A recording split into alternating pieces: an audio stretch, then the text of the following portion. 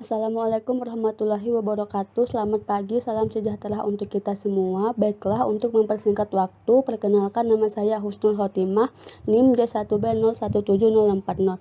Di sini saya akan mempresentasikan mengenai ringkasan jurnal pada mata kuliah hidroponik dan aeroponik dengan tema Perakuan variasi nozzle atau sprinkle dalam sistem aeroponik, di mana judul jurnal yang telah kelompok saya sepakati sebelumnya yaitu aplikasi nozzle pada dua varietas kentang untuk produksi benih secara aeroponik. Seperti kita ketahui bahwa aeroponik merupakan metode alternatif pembudidayaan tanaman di mana pertumbuhan bagian akar menggantung di udara. Aeroponik ini mengoptimalkan aerasi akar sehingga memproduksi umbi lebih tinggi dibandingkan dengan hidroponik. Keunggulan dari sistem ini yaitu oksigenasi dari tiap butiran kabut larutan nutrisi yang sampai ke akar.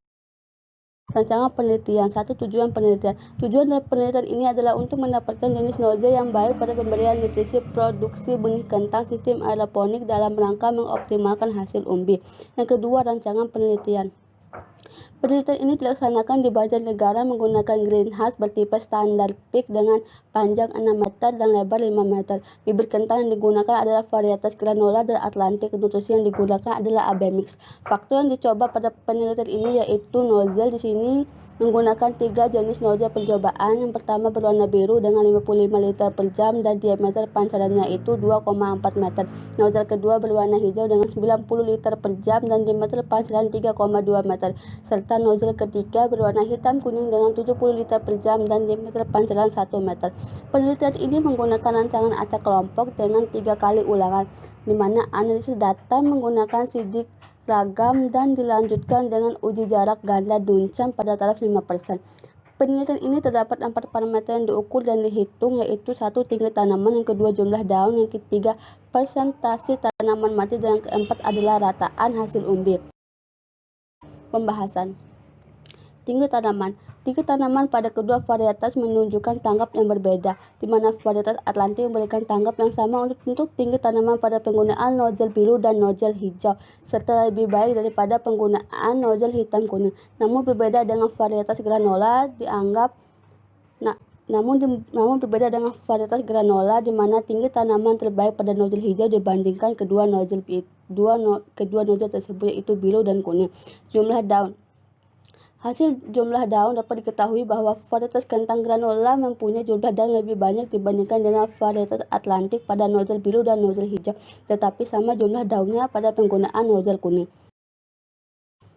Yang ketiga itu persentase tanaman mati. Pada varietas kentang Atlantik menunjukkan bahwa penggunaan nozzle biru yang paling sedikit dan sama dengan varietas granola. Nozzle kedua dengan persentase tanaman mati dalam jumlah sedikit adalah nozzle hijau. Nozzle dengan persentase tanaman mati terbanyak yaitu nozzle hitam kuning.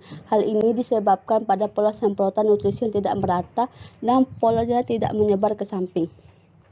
Yang keempat adalah rataan jumlah umbi. Rataan jumlah umbi pada nozzle hijau menunjukkan paling banyak dibandingkan nozzle biru maupun kuning. Jadi nozzle yang baik pada penggunaan aeroponik sampai pengamatan terakhir pada tanaman kentang adalah nozzle berwarna hijau karena memberikan karakter pertumbuhan terbaik dan hasil jumlah umbi tertinggi. Kekurangan dari penelitian ini yaitu terletak pada tekanan yang menghasilkan butiran air tidak berbentuk kabut, yang dimana tekanan pada pompa tersebut berkurang sehingga tereaksi butiran air kasar bukan kabut. Pompa yang berada tepat di permukaan tanah, sedangkan semua nozzle berada pada 60 cm di atas permukaan tanah. Hal ini menyebabkan tenaga untuk menaikkan 60 cm ke atas menjadi hambatan yang akan mengurangi tekanan. Yang terakhir adalah penelitian lanjutan yang dapat dilakukan dari jurnal tersebut, yaitu pada penggunaan jenis nozzle yang bisa berbeda